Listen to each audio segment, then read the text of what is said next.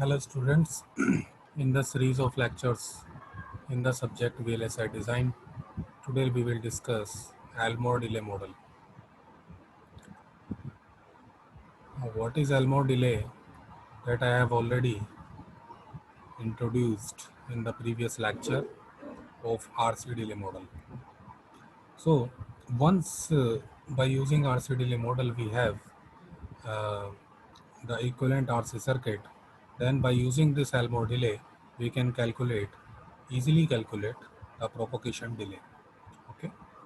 So, in general, by using Elmore delay, the RC circuit can be treated as a RC tree.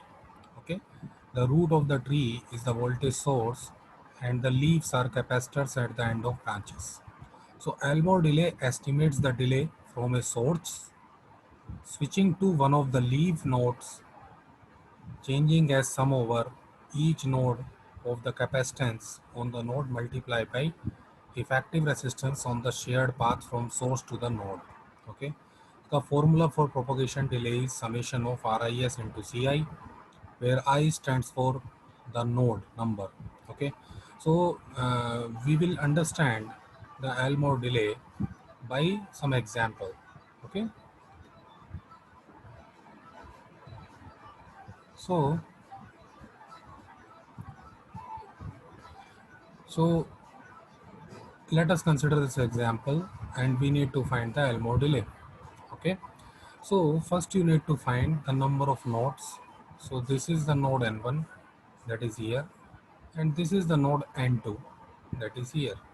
Okay, so the capacitors are connected to the node. So the formula for propagation delay is RIS multiplied by CI. Okay, so here number of node is from I equals to 1 to 2. So here you can apply the summation formula here.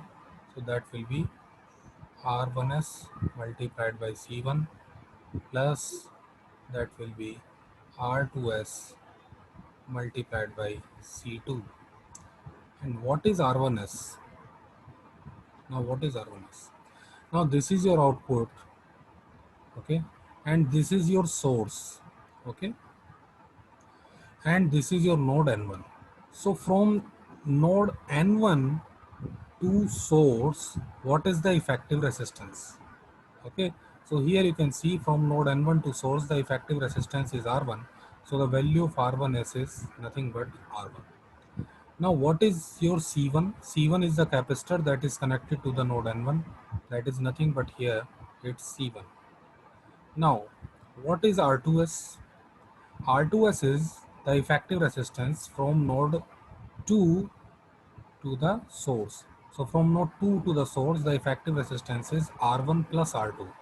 So the value of R2s will be R1 plus that will be R2. Okay. Now what will be the value of C2? The capacitance connected to the node N2, that is nothing but C2 here. So this is C2, and that's how we can calculate the propagation delay. Okay, by using Elmore delay model. Okay, let us consider one more example. So here you can see uh, in this particular circuit we need to find the propagation delay using Elmore delay model. So here this is your output, and these are the nodes. So this is node N2, let's say, this is node N1, let's say. So actually there would be only one node here, okay, but I am considering at two nodes. So what will be the propagation delay? That will be R1s C1 plus R2s C2. So what will be R1s? That will be nothing but R into 3C plus R2s, the resistance from node 2 to source. That will be again, that is R, multiplied by the capacitance connected to node N2. That is nothing but here, that is N3MC. So this is how we can calculate the propagation delay. Okay. Now consider another example. this is the example, let's say. Okay, so this is very important. In this case we need to find the propagation delay. So this is the RC equivalent circuit for falling transition. This is the RC equivalent circuit for rising transition. Okay, so by looking at that circuit we need to find the propagation delay. So how many nodes are there, you can see. So this is one node N1, you can see. This is another node N2, you can see here. And this is your node N3, that is output node.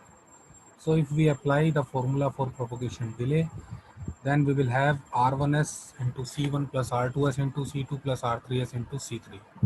So what will be R1s? R1s will be effective resistance from source.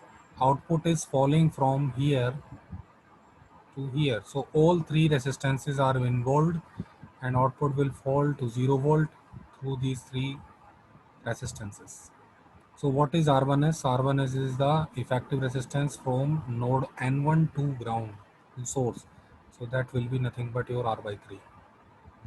R by 3 multiplied by C1. Now what is C1 in this case? That is 3C. So R by 3 multiplied by 3C plus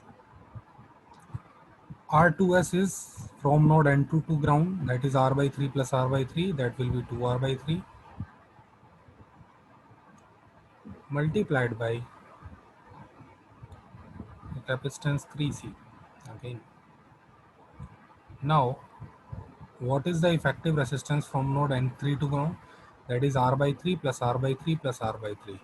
That will be nothing but R multiplied by the capacitance, that is 9 plus 5SC. So that will be 9 plus 5H times C. Okay. So by solving this, we can easily find the Elmore delay, propagation delay. Now, what about this part? This is very important. So here node is N1, N2, and let's say this node is N3. Now here you can see that output is rising through only this resistance R. Output is rising through only this resistance R. Okay, because there is no path for falling transition. This is a rising transition and output is rising through resistance R. Okay, so these two resistances R by 3 and R by 3, these are not involved at all. So if we find out the Elmore delay, what will be R1s? So R1s is the, in this case, this will be your source. Okay, because output is rising up to this. Okay, and from here this was the source, because output was falling to this value. So here this is source. So what is R1s? From node N1 to source, what is the effective resistance? Now these two resistances will not be involved because output is passing through only this resistance R. So that will be R1s will be nothing but your R multiplied by the capacitor connected to node N1, that is nothing but 3C. Okay. Now what is R2s? R2s will be again R, because this R by 3 resistance will not be involved, that is again R. That will be multiplied by the capacitance connected to node N2, and that is nothing but your 3C. Now again for node N3, R3s will be nothing but R multiplied by 9 plus 5H times C. Okay, so this is how we calculate the Elmore delay in this case. So that's why if we closely look at the definition,